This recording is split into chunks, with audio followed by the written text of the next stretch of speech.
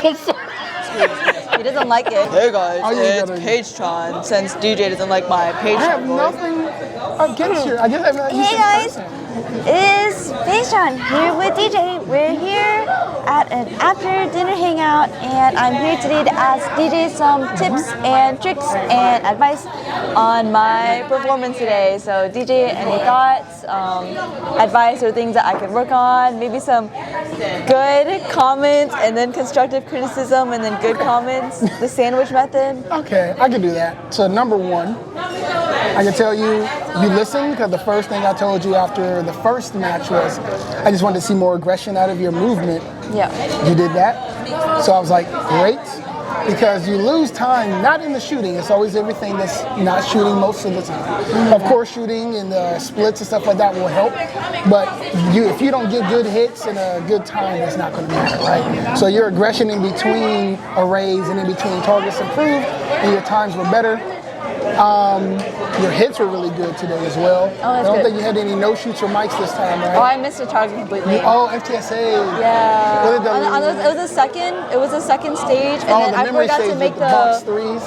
Yeah, I forgot, like in the last square, I forgot to hit that right target before hitting the left one. Yeah, so those are intentionally meant to do that. They're called memory stages on purpose. Mm-hmm. So it did its job. Yeah. And for this to be your second match, to already do a memory stage is pretty interesting, you know. Yeah. So I'm not upset about that. It takes time. You've only ran 2 official matches, aka 8 official stages. So, you know, that's perfectly normal and it's okay. Even more experienced people are all like, oh, did I forget a target? Did I go back? So that's okay. But besides forgetting a target, the ones you actually shot at, though, good hits, no deltas, no mics, no shoots. So that's an improvement from last time. Mm-hmm. But you did also say that you were a little bit more nervous this time. Yeah. And I know what I said, but why do you think that was, or you just didn't understand why? I didn't understand why at first. I definitely could tell that even though I wasn't as nervous, I could feel this sort of like pressure on me. Mm-hmm. I think that a lot of the times, like I was putting this pressure on me from like you said the last time I performed, and I felt like I had to do better. And you definitely put it better into words than the feeling that I was having. You kind of like explained it in a better way. So what I said was she did not have any pre-exposed experience to it to be nervous the first time. Since it was her first time, she didn't know what to expect, so she didn't have any expectations per se. Now that she shot a match, this is her second one, she's going, okay, I know what I did last time and I want to do better. Why do I feel this way? Because you care. And if you didn't care, you wouldn't have had any pressure on you, so it's very different. Yeah. Now it's like, you know what you can do, you know what you should do, and what you want to do better, and now when you're out there doing it, you actually are going for that. So naturally, you're going to put a little bit more pressure on yourself because, you know, you're like, now you know what to expect. Yeah. But that's how it is. That's why I always tell everybody, competition is like a drug, because you just want to do better than the next time, so you want to come back, and you want to come back, and you want to come back, and beat what you did the last time you were there. So that's very good. Yeah. All right, constructive criticism. Oh, okay, I gotta. Not much, honestly. Okay. I do have one question for you before I get into that. Your make-ready process.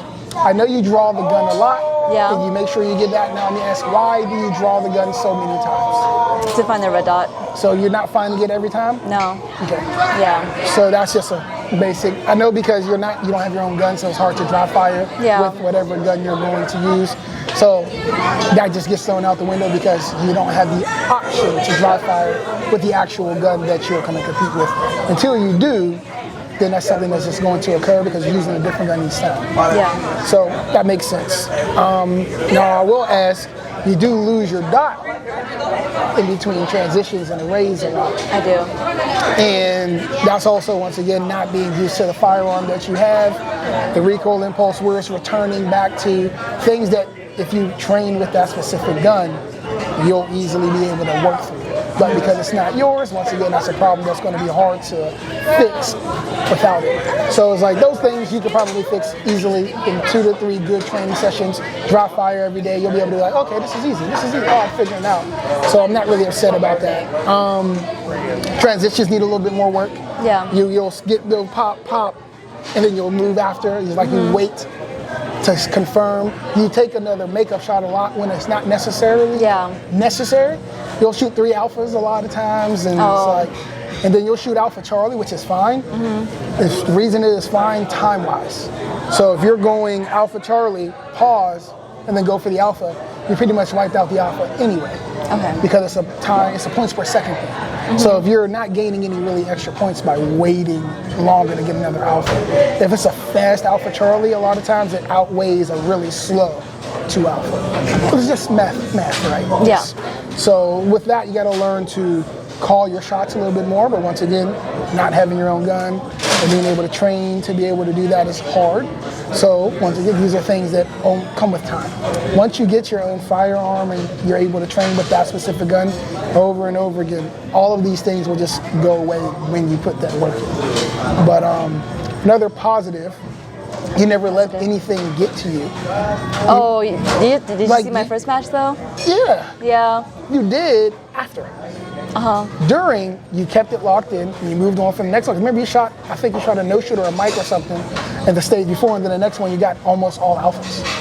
Most people after that, they get mentally down and then they start making mistakes and then they have a worse stage after.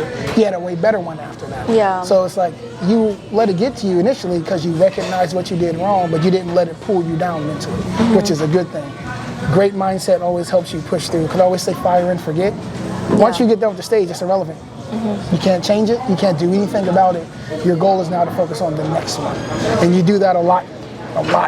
And you do way better than most people that have been shooting the sport for a long time. Yeah. So that's a really good thing that you already have. You're able to analyze what you did, take, what you saw, and then improve it on the next stage. So for your second match to be able to do that on your own, that's a big deal. Thank you. That's a really good thing for you. Yeah. I don't know if you remember, but it was in between the 2 stages where like I did badly and I was talking about it, and you actually came by and you told me to like fire and forget. Like you're the one who told me that. So I took that mindset and I applied it to the next one, and that's why I did a lot better, because I shook it off and I was like, it was like the last one too. Yeah. So I was like, it's the last one, I'm gonna make it count. Yep. And so I went in with more confidence than I would have, and it definitely helped that you told me to shoot and forget, and that's what helps you. So yeah, it's a good thing to have, and like I said, having it early on, very beneficial. Very, very beneficial, because there are people that have been shooting for 5-6 years and they just can't get over when they do something wrong, and it beats them up, and then they do worse and worse and worse throughout the whole match. Yeah. You don't have that issue, so it's a very good thing. Thank you.